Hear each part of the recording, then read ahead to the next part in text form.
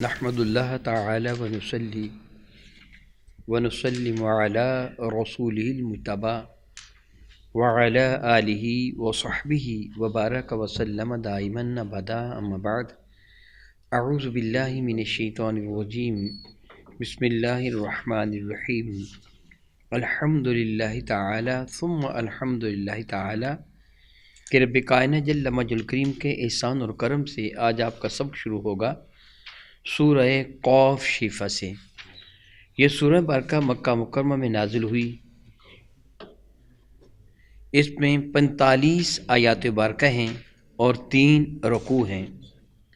ملاحظہ کیجیے، اعوذ باللہ من الشیطان الرجیم بسم اللہ الرحمن الرحیم قاف والقرآن المجید۔ قاف علماء اکرام ارشاد فرماتے ہیں یہ حروف مقطعات میں سے ہے۔ اس کے حقیقی طور پر معنی کیا ہیں یہ اللہ تعالیٰ جانتے ہیں، یا اللہ تعالیٰ کے بتانے سے اس کے محبوب مکرم شفیع معظم رحمت عالم صلی اللہ تعالیٰ علیہ وآلہ وسلم اور پھر آپ نے جس کو تعلیم دی وہ جانتے ہیں۔ فرماتے رب کائنات والقرآن المجید، علماء فرماتے واو قسمیہ ہے، معنی یہ بنے گا قاف، بعض یہ کہا قاف اور قرآن دونوں کی قسم اٹھائی گئی ہے، اگرچہ بعض قاف کو بھی قرآن کریم ہی قرار دیا ہے، واللہ تعالی علم۔ بنتا ہے معنی اس کا والقرآن المجید، رب کائنات ارشاد فرماتا ہے میں قسم ذکر فرماتا ہوں، میں اللہ قسم اٹھاتا ہوں قرآن مجید کی، اس قرآن کریم کی جو بڑی عزتوں والا ہے، جو بڑی عظمتوں والا ہے۔ اس سے بڑھ کر عزت کے لیے دلیل اور کیا ہو سکتی ہے کہ یہ میرے اللہ کا کلام ہے، یہ رب کائنات کا کلام ہے۔ امام کا کلام، کلاموں کا امام ہوا کرتا ہے، تو رب کا کلام تو ساری کائنات کے کلاموں کا امام ہے۔ رب کائنات جل مجدہ کے پاک کلام کی تلاوت کرتے ہوئے سیدنا فاروق اعظم رضی اللہ تعالیٰ عنہ پر ایک رقت طاری ہو جایا کرتی تھی، اور جب وہ قرآن مجید فرقان کو کھولتے تو آنکھوں سے آنسو جاری ہو جاتے، اور یہ فرمایا کرتے تھے ھذا کلام ربی، ھذا کلام ربی، یہ میرے رب کا کلام ہے، یہ میرے اللہ کا کلام ہے۔ آپ جب کسی بات کو ترجیح دینا چاہتے ہیں تو آپ یہ کہتے ہیں سنیے، غور سے سنیے، میرے پیر صاحب نے ایسے کہا، میرے والد صاحب نے ایسے کہا، میرے استاد نے ایسے کہا۔ سبحان اللہ، اگر فرمان نبی کا ہو پھر نبی سے بڑھ کر اللہ کا ہو تو پھر اس کا درجہ کتنا بلند ہوتا ہے۔ یہ عزت والی کتاب قرآن مجید فرقان حمید، اللہ تعالیٰ جل وعلا اس عزت والے قرآن مجید فرقان حمید کی قسم ذکر فرماتا ہے۔ اور یاد رکھیے اللہ رب العزت جل وعلا کے سوا کسی اور کی قسم اٹھانے کی ہمیں اجازت نہیں ہے۔ عام طور پر معاذ اللہ تعالیٰ سماذ اللہ تعالیٰ خواتین اور بعض اوقات مرد بھی کہہ رہے مجھے میرے بیٹے کی قسم، ناجائز اور حرام ہے، قسم اللہ تعالیٰ کی اٹھائی جاتی ہے۔ لیکن جب کوئی بندہ قرآن کریم کی قسم اٹھاتا ہے تو حقیقتاً اللہ تعالیٰ کی صفت کلام کی قسم اٹھاتا ہے۔ وہ جس طرح کہے کہ اللہ تعالیٰ کی غفور رحیمی کی قسم ہے، اللہ تعالیٰ کے جبار و قہار ہونے کی قسم ہے، اسی طرح اللہ تعالیٰ کے صفت کلام کی قسم وہ قرآن مجید کی قسم اٹھا کے کہتے ہیں۔ اور یہاں رب کائنات نے اپنے مبارک کلام کی قسم خود ذکر فرمائی ہے۔ فرماتے ہیں بل عجبوا ان جاءہم منذر منہم فقال الکافرون ھذا شیء عجیب۔ بل عجبوا، بلکہ ان کافروں کو تعجب ہوا۔ قسم کا جواب کیا ہے کہ ان کے پاس جو رسول مرشد رحمت عالم تشریف لائے انہی میں سے، اور رسول مرشد رحمت عالم نے کوہ ابو قبیس یا کوہ جو صفا کی چوٹی پہ کھڑی ہو کر جو ارشاد فرمایا تھا کہ اگر میں یہ کہوں اس پہاڑ کی پچھلی جانب ایک بہت بڑا لشکر ہے جو تم کو تباہ و برباد کرنے پہ تلا ہوا ہے، میری بات کو مان جاؤ گے؟ تو سب نے کہا تھا کہ مان جائیں گے۔ آپ نے فرمایا تھا کیوں مان جاؤ گے؟ انہوں نے عرض کیا تھا اس لیے کہ آج تک اس زبان سے جھوٹ کبھی نکلا ہی نہیں ہے، اس لیے مان جائیں گے۔ پھر میرے کریم آقا نے فرمایا تھا، لشکر کی مثال دی تھی، آپ نے فرمایا تھا پھر میں تمہیں اللہ تعالیٰ کے عذاب سے ڈراتا ہوں، اللہ تعالیٰ کے غضب سے ڈراتا ہوں۔ جس طرح میں نے تمہیں کہا کہ لشکر ہے وہ تم پہ حملہ کرنے والا ہے، تمہیں تباہ و برباد کر کے رکھ دے گا، اور تمہیں میری بات کا یقین آ گیا، اور صحیح ترین بات، اعلیٰ ترین سچ یہ ہے کہ اللہ ایک ہے اور میں تمہیں اس کے غضب سے ڈراتا ہوں۔ میرے کریم آقا رسول عربی شفیع معظم رحمۃ اللہ علیہ نے ان کو اللہ تعالیٰ جل وعلا کا خوف دلایا تھا۔ رب کریم فرمایا تھا وَأَنذِرْ عَشِيرَتَكَ الْأَقْرَبِينَ، اپنے قریبیوں کو میرا خوف دلائیے، ان کو ڈر سنائیے۔ تو ان لوگوں نے کہا کیا؟ بل عجیبوا، اللہ فرماتا بلکہ انہوں نے تعجب کیا اس بات پر کہ ان جاءہم منذر، کہ ان کے پاس جو ڈر سنانے والا آیا، منہم، وہ ڈر سنانے والا انہی میں سے ایک ہے۔ کیا ہونا چاہیے تھا؟ نبی ہمیشہ اپنی ہم قوم کے پاس تشریف لایا ہے، وہ قوم کی زبان سے اچھی طرح واقف، قوم اس کی زبان سے، اس کے اشارات و کنایات سے بہت اچھی طرح واقف۔ آپ جانتے ہیں اگر آپ کی مادری زبان پنجابی ہے، پھر آپ سے بڑھ کر پنجابی کو اور کون سمجھ سکتا ہے؟ اور پھر جو آپ اشارہ کرتے ہیں کسی کو، اپنے بچے کو، بڑے کو، تو آپ کے اشارات و کنایات کو آپ کے قبیلے، آپ کے خاندان، آپ کے اہل خانہ کے سے بڑھ کر اور کون جانتا ہے آپ کے ان اشارات و کنایات کو؟ اس لیے نبی اسی قوم میں تشریف لایا جس قوم کی جانب وہ مبعوث فرمایا گیا، انہی کا وہ ہم کلام تھا، انہی کی باتیں کرنے والا تھا، اور قوم کے اعلیٰ ترین خاندان میں وہ نبی تشریف لائے۔ میرے کریم آقا تاجر اربجم شفیع معظم رحمت عالم خود فرماتے ہیں جب رب کائنات جل مجد الکریم نے مخلوق کو پیدا فرمایا، حضرت آدم کو پیدا فرمایا، پھر ان کی نسل سے رب کائنات نے مجھے ان اعلیٰ ترین اشخاص میں رکھا جو رب کائنات کے حضور منتخب کردہ تھے، مصطفیٰ تھے، چنے ہوئے اشخاص تھے۔ تو نبی اعلیٰ ترین خاندان میں ہوتا ہے، اور وہ خاندان اپنی قوم میں سب سے زیادہ معزز ہوتا ہے، جس طرح بنو ہاشم سارے قریش میں سب سے زیادہ عزت والے تھے۔ تو میرے کریم آقا رسول عربی شفیع معظم رحمۃ اللہ کے لیے اللہ تعالیٰ فرماتے ہیں انہی میں سے ان کو ڈر سنانے والے تشریف لائے۔ حیرانی بھی نہیں ہوتی، حقیقت یہ حیرانی بھی نہیں ہوتی، 40 سال تک یہ شخصیت کو انہوں نے ہر پہلو سے، ہر زاویہ نگاہ سے آزما رکھا تھا، اس شخصیت نے دعوی نبوت فرمایا تھا۔ ان کے لیے کوئی اجنبی نہیں تھے کہ یہ کہتے معلوم نہیں اس کا صاحب کا کردار کیسا ہوگا، یہ کسی سے کیا پڑھ کے آیا ہوگا، بھاگ کے آیا ہے، وہاں کیا کرتوت کھلا کے آیا ہوگا۔ نہیں، وہ نبی قوم کے اندر تشریف فرما ہوتا ہے، اس کی لیاقت، اس کی شرافت، اس کی وفا، اس کی دیانت، اس کی صداقت، اس کی شجاعت، اس کی عظمت، اس کے صبر و استقامت سے وہ ساری کی ساری قوم واقف ہوتی ہے کہ یہ کس کردار کا اور کتنے اعلیٰ ترین کردار کا یہ مالک ہے۔ اس بنا پہ جب وہ اعلان نبوت فرماتا ہے تو کوئی بھی شریف النفس انکار کرنے کی جرت نہیں کر پاتا۔ رب کائنات جل وعلا ارشاد فرماتے ہیں وقال الکافرون ھذا شیء عجیب، پس کافروں نے یہ کہا یہ تو بڑے تعجب کی بات ہے کہ ہم ہی میں سے رسول بن گیا۔ تو اللہ کے بندوں پھر رسول کہاں سے آتا؟ آسمان سے فرشتہ رسول بن کے اترتا، پھر وہ کھانا بھی نہ کھاتا، پانی بھی نہ پیتا، وہ شادی بھی نہ کرتا، پھر تمہیں اسوہ کہاں سے ملتا؟ طریقہ کار کہاں سے میسر آتا؟ تمہیں یہ زندگی گزارنے کے جو طریقہ کار ہیں یہ کون بتاتا؟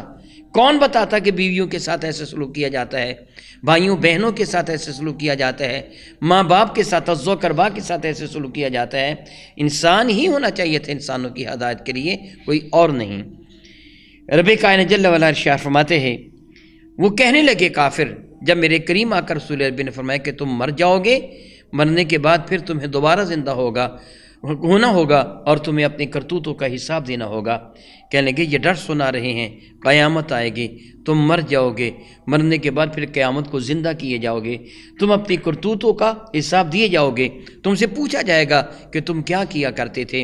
رب کائنات شرماتے ہیں وہ کہنے لگے کافر اَإِذَا مِتْنَا، کیا جب ہم مر جائیں گے، وَكُنَّا تُرَابًا، اور ہم مٹی ہو جائیں گے، وَكُنَّا تُرَابًا، ہم مٹی ہو جائیں گے، خاک ہو جائیں گے، اور کیڑے مکوڑے ہمیں کھا جائیں گے، ہماری شکل و صورت ختم ہو جائے گی، ہڈیاں بھی سرمہ بن جائیں گی، مٹی ہمارے بدن خاکی کو کھا جائے گی۔ ذالک رجع بعید، اور یہ پھر پلٹنا، رجوع کرنا، دوبارہ پھر اسی طرح کا بدن کا بن جانا، رجع بعید، یہ تو بہت دور کی بات ہے، یہ کیسے ہوگا؟ کہنے لگے جب ہم مر جائیں گے پھر ہمیں کون زندہ کرے گا؟ من یحیی الذی وہی رمیم، کون زندہ کرے گا ان ہڈیوں کو جب کہ وہ رمیم ہے، ربی کی فرماتا محبوب ان کو فرما دو قل یحییھا الذی انشأھا اول مرہ، ان کو زندہ وہی اللہ فرمائے گا جس سے پہلی مرتبہ ان کو زندہ فرمایا تھا، وہی خالق کائنات جل وعلا ان کو زندہ فرمائے گا۔ کہنے لگے اذا متنا، کیا جب ہم مر جائیں گے، وکنا ترابا، اور مٹی ہو جائیں گے، ذالک رجع، پھر یہ پلٹنا بعید، یہ بہت دور کی بات ہے۔ رب کائنات فرماتا ہے قد علمنا، بے شک ہم بہت اچھی طرح جانتے ہیں، کیا ما تنقص الارض منہم، جو زمین ان کو کھاتی ہے، ان کے بدن میں بتدریج نقص ڈالتی ہے، بدن کا جو حصہ مٹی بنتا چلا جاتا ہے، خاک کے ایک ایک ذرے کو ہم جانتے ہیں، اور ہم اس کو بکھرنے نہیں دیں گے، ہم چاہیں گے تو یہ آنے وقت میں سارے کا سارا اس کا بدن خاکی مٹی کے ذرات میں جو بدل چکا ہے وہ سارے ذرات اکٹھے ہو جائیں گے۔ بحمد اللہ تعالیٰ ثم الحمد للہ تعالیٰ، آپ قبل ازیں حضرت ابراہیم علیہ السلام کو واقع پڑھ چکے ہیں کہ جو رب کریم سے انہوں نے عرض کیا تھا کہ مولا تعالیٰ تو کس طرح پیدا فرمائے گا، تو رب نے فرمایا تھا اولم تؤمن، کیا تم ایمان نہیں لائے؟ تو قال بلا ولکن لیطمئن قلبی، کہا تھا ایمان تو لایا ہوں لیکن اطمینان قلب چاہتا ہوں۔ قال فخذ اربعۃ من الطیر، رب نے فرمایا تھا پھر 4 پرندوں کو پکڑ لو، اور یہ سارے کا سارا واقعہ قرآن مجید فرقان میں آپ قبل ازیں تیسرے پارہ میں پڑھ چکے ہیں کہ پھر ان پرندوں کے بال و پر کو، ان کی ہڈیوں کو، ان گوشت کے لوتھڑے کو، ان خون کے ذرات کو کس طرح میرے کریم پروردگار نے ایک دوسرے سے جدا جدا کر کے جمع کر کے دکھا دیا تھا، اور فرمایا تھا کہ وَاعْلَمْ أَنَّ اللَّهَ عَلَىٰ كُلِّ شَيْءٍ قَدِيرٌ، جان لو رب کائنات ہر شے پہ قادر ہے۔ رب کریم فرماتے ہیں ہم جانتے ہیں زمین کا جو حصہ اس کے بدن کو کھا رہا ہے، جو مٹی کے ذرات میں اس کا بدن تبدیل ہو رہا ہے، قد علمنا، ہم جانتے ہیں، ما تنقص الارض منہم، زمین ان کا جو حصہ کم سے کم تر کرتی چلی جا رہی ہے، کھاتی چلی جا رہی ہے، وعندنا کتاب حفیظ، سبحان اللہ سبحان اللہ، ہمارا علم تو ہمارا علم رہا، یہ تو سب کچھ ہم نے پہلے ہی اس لوح محفوظ میں تحریر فرما چکے ہیں۔ تیرے جسم کا ایک ایک ذرہ مٹی میں تبدیل ہونا یہ لکھا جا چکا ہے۔ رب تو رب رہا، اس نے تو لوح محفوظ کو بھی علم عطا فرما دیا۔ میرے اور آپ کے کریم آقا تاجدار ارب شفیع معظم رحمت عالم صلی اللہ علیہ وسلم کے اشار گرامی قدر کا مفہوم بنتا ہے، جب بچہ اپنی ماں کے رحم میں ہوتا ہے تو رب کائنات جل وعلا کاتب تقدیر فرشتے کو حکم دیتے ہیں جا لوح محفوظ اس کا مقدر تحریر کر لا، یہ شقی بدبخت ہوگا یا سعید، لوح محفوظ سے تحریر کر لا، اس کی زندگی کی سانسیں کتنی ہوں گی، اس کی خوراک کتنی ہوگی، یہ کیا کرے گا، یہ کیا نہیں کرے گا، ابھی تو اپنی ماں کے پیٹ میں ہوتا ہے، تیرا مقدر تحریر کر کے تیری گرد میں لٹکا بھی دیا جاتا ہے، وہ فرشتہ بھی جانتا ہے، تو کیا سمجھتا ہے کہ تیرا رب تجھے نہیں جانتا، تجھے دوبارہ پیدا کرنے پہ قادر نہیں ہے، تو ان مٹی کے ذرات کو بھی جانتا ہے، بلکہ لکھا ہوا ہے کہ جن مٹی کے ذرات میں تیرا بدن تبدیل ہوگا۔ ارشاد گرامی قدر فرماتے ہیں بل کذبوا بالحق، بلکہ سچی بات تو یہ ہے کہ نابکاروں نے حق کو جھٹلایا ہے۔ میرے نبی بھی حق ہیں، قرآن کریم بھی حق ہے، لانے والے جبریل امین بھی حق ہیں، بھیجنے والا میرا اللہ بھی حق ہے۔ قرآن کو جھٹلا کر انہوں نے کئی حق جو تھے ان ساری حقیقتوں کا انکار کیا ہے۔ بل کذبوا بالحق لما جاءہم، جب حق ان کے ہاں جلوہ گر ہو گیا انہوں نے تب ان کا انکار کر دیا، حالانکہ پہلے اس حق کی حقیقت سے واقف تھے۔ صادق و امین کا لقب انہوں نے ان کو دے رکھا تھا، یہ نبی بھی سچ ہے، آنے والا قرآن بھی سچ ہے۔ فرماتے ہیں بل کذبوا بالحق لما جاءہم، بلکہ انہوں نے جھٹلایا اس حق کو جب ان کے پاس جلوہ گر ہو گیا۔ فہم فی امر مریج، بلکہ یہ اپنی گفتگو میں ڈاواڈول ہیں، مضطرب ہیں، اضطراب میں ہیں۔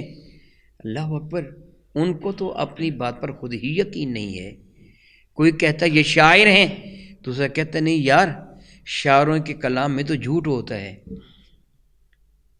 سارا کلام شاعروں کا جھوٹا نہیں ہوتا، مگر شاعر جھوٹ بولنے سے گریز بھی نہیں کرتا ہے، وہ مبالغہ امیزی سے کام لیتا ہے۔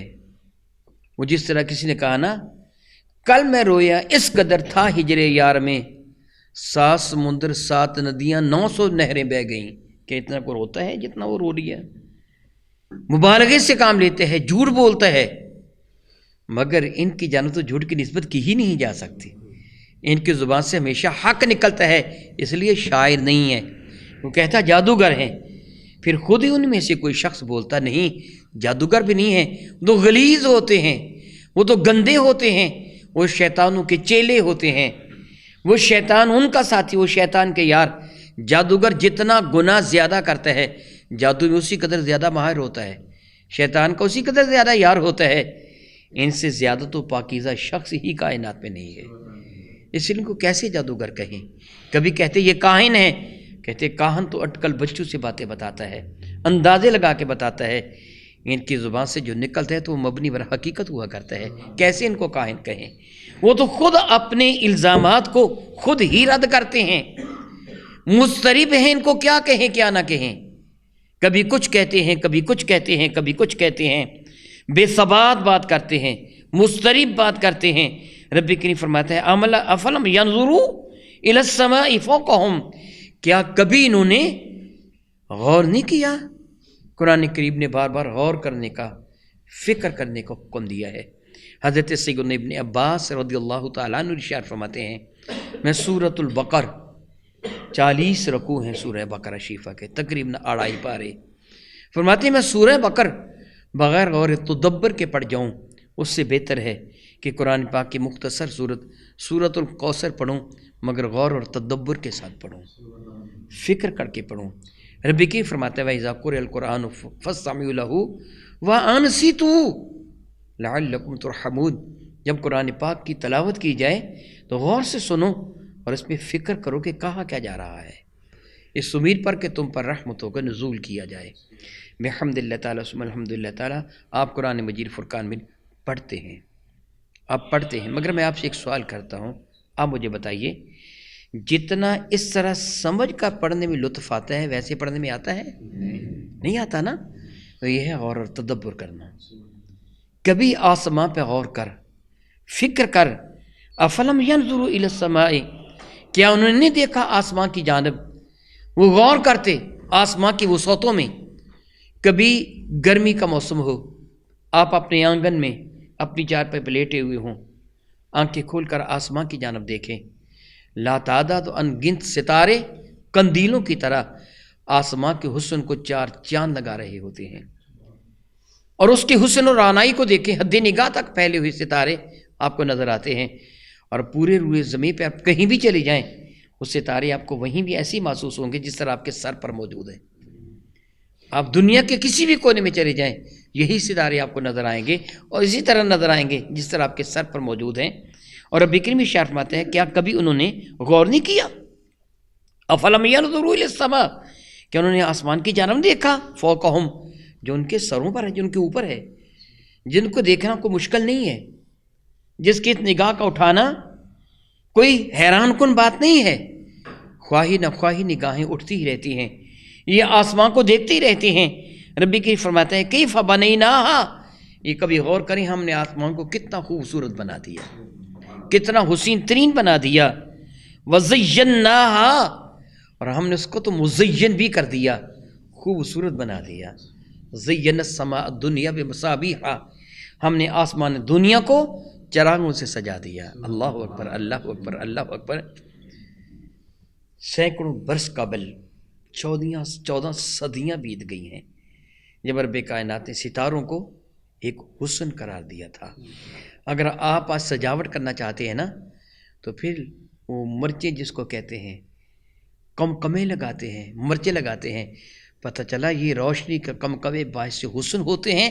رب کائنات نے جب سے آسمان کو بنایا حسن والا بنا دیا ہے، حسین ترین بنا دیا ہے. ارشاد فرماتے ہیں وزیناہا، ہم نے اس کو مزین کر دیا، خوبصورت بنا دیا. وما لہا من فروج، اور اس میں کوئی بھی تو سوراخ نہیں ہے، کوئی بھی رخنہ نہیں ہے. تم غور کرو، کیا تم کو سوراخ پورے آسمان میں کوئی رخنہ، کوئی سوراخ، کوئی توڑ پھوڑ نظر آتی ہے؟ ستارے کب سے ہیں؟ جب سے میرے اللہ نے آسمان کو تخلیق فرمایا. سورج اور چاند کی یہ کشتیاں کب سے چل رہی ہیں؟ جب سے رب کائنات ان کو تخلیق فرمایا اور ان کو چلنے کا حکم دیا۔ تو کسی شے کو بناتا ہے، کتنے عظیم شان محل کو بنا لے، پھر وہ کبھی نہ کبھی پرانا ہو جاتا ہے، اور پرانا ہو کر اس کا حسن مان پڑ جاتا ہے۔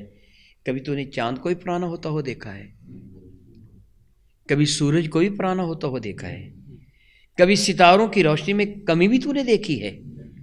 کیا کبھی آسمان کو میلا کچیلا ہوتا ہوا اس پہ دڑاڑیں آتی ہوئی دیکھی ہیں؟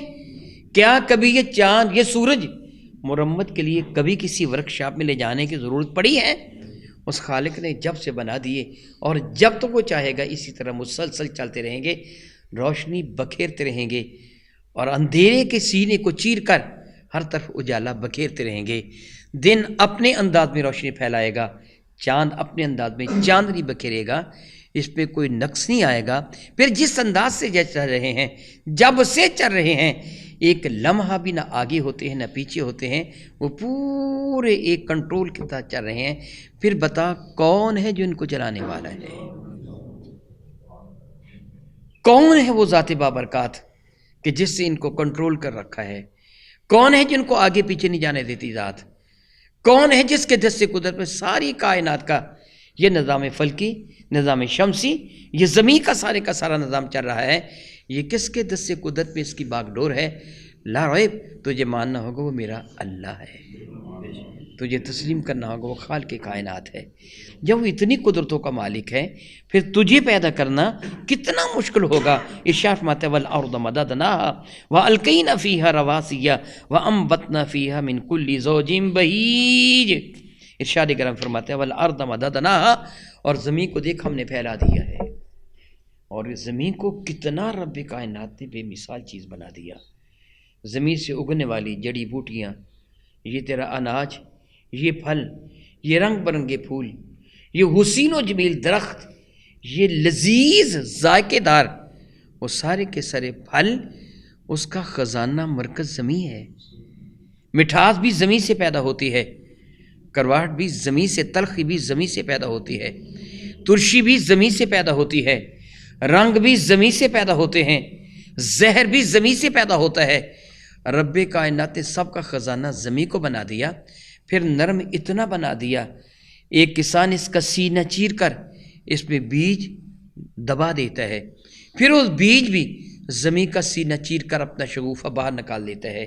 اتنی نرم تو چاہے تو پھوڑے کے ساتھ، کسی کے ساتھ گہرا گڑھا کھود لیتا ہے، لیکن سخت بھی اتنی بنا دی کہ فلک بوس عمارتیں بھی اس کے سینے پر ہی کڑی ہیں، ان کو بھی ڈولنے نہیں دیتی ہے۔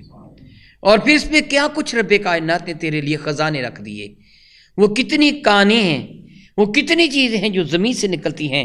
ارشاد فرماتے ہیں ہم نے زمین کو کیسا بنا دیا، وَأَلْقَيْنَا فِيهَا رَوَاسِيَّ، ہم نے زمین پر لنگر، پہاڑ رکھ دیے تاکہ زمین میں لغزش پیدا نہ ہو، یہ ڈولے نہیں، ڈگمگائے نہیں۔ رب کائنات ایک بیلنس پیدا فرما دیا، فرماتا انبتنا فیہا وانبتنا فیہا من کل زوج بہیج، ہم نے ہر شے کا جوڑا جو بہت ہی حسین و جمیل ہے وہ پیدا فرما دیا۔ اللہ اکبر، اللہ اکبر، اللہ اکبر۔ زراعت آج 14 صدیاں بعد نباتات میں وہ ثابت کر رہی ہے کہ نباتات میں نر و مادہ ہوتے ہیں، جن سے پھر آگے ان کی نسل بڑھتی ہے۔ رب کائنات نے 14 صدیاں پہلے بتا دیا کہ ہم نے نباتات کو زمین سے جو پیدا فرمایا، جوڑا پیدا فرمایا ہے، اور پھر اس کے بیج کو آگے پہنچانے کا انتظام کتنا حسین بنا دیا۔